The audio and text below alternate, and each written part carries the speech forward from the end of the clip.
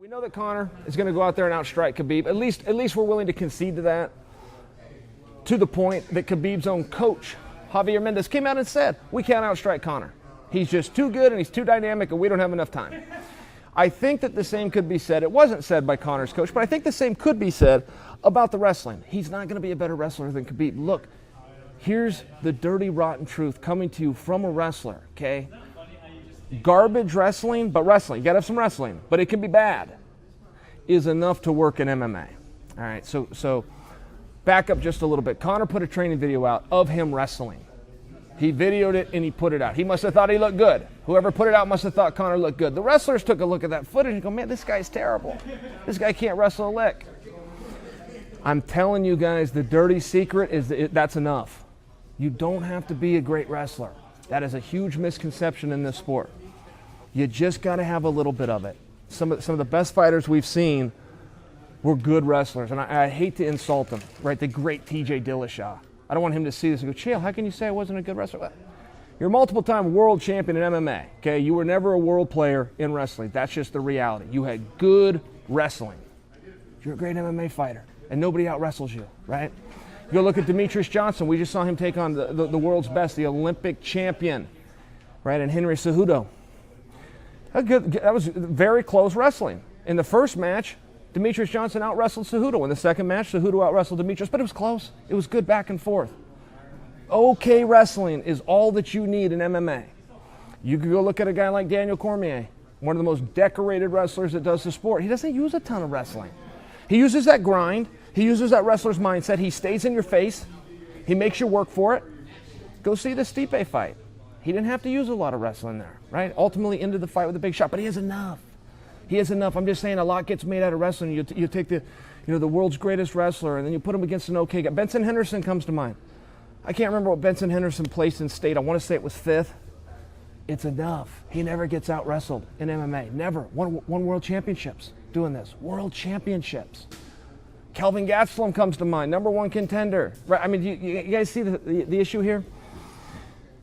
Wrestlers will always make a little bit more about their sport, and there's a mindset, and there is some skills, there is some actual techniques that work in wrestling that carry over to mixed martial arts, but they're very few, and almost zero setups in wrestling. If I had a partner right now, I could show you, but everything we do is either from what we call the open, which means you're not touching the guy, or you're tied up. You got 2-on-1s, you got collar ties, you got underhooks, you got double underhooks, you got double overhooks, you got wrist control. None of that stuff works in MMA.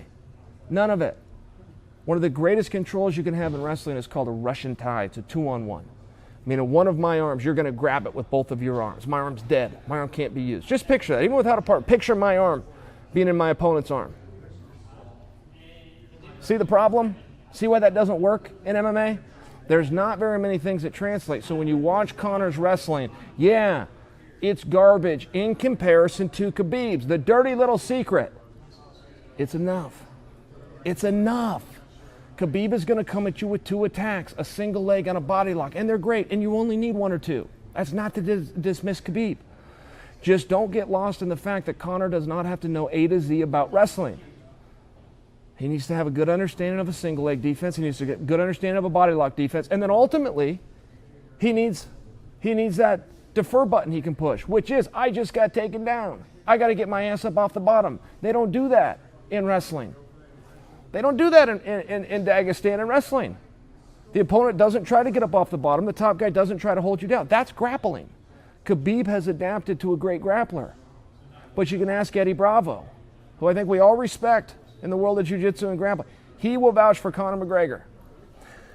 The only point I'm trying to make to you guys, and I just don't want you to get lost in this, there is going to be positions that Conor McGregor is going to have a deficit. And you're going to see the video of Conor out there wrestling and go, man, this guy is garbage at wrestling. There's not very much wrestling going to take place. There'll be a lot of grappling. There will be a lot of grappling, but that's a totally different conversation. And I feel that it always gets missed. The only thing the wrestler has the ability to do is control, is the fight going to be here or here? Once they get here, this is a different sport. This is called grappling. This isn't called wrestling. And once they're here, this is a different sport. This isn't wrestling either. It's that in-between. It's a huge advantage. I say this as a wrestler. I believe in that advantage. I believe in that in-between. But I can also reveal to you guys, it's only one spot. And that video you saw of Conor, while perhaps not a polished wrestler getting ready for the Olympic Games, I can tell you as an MMA fighter, it's enough.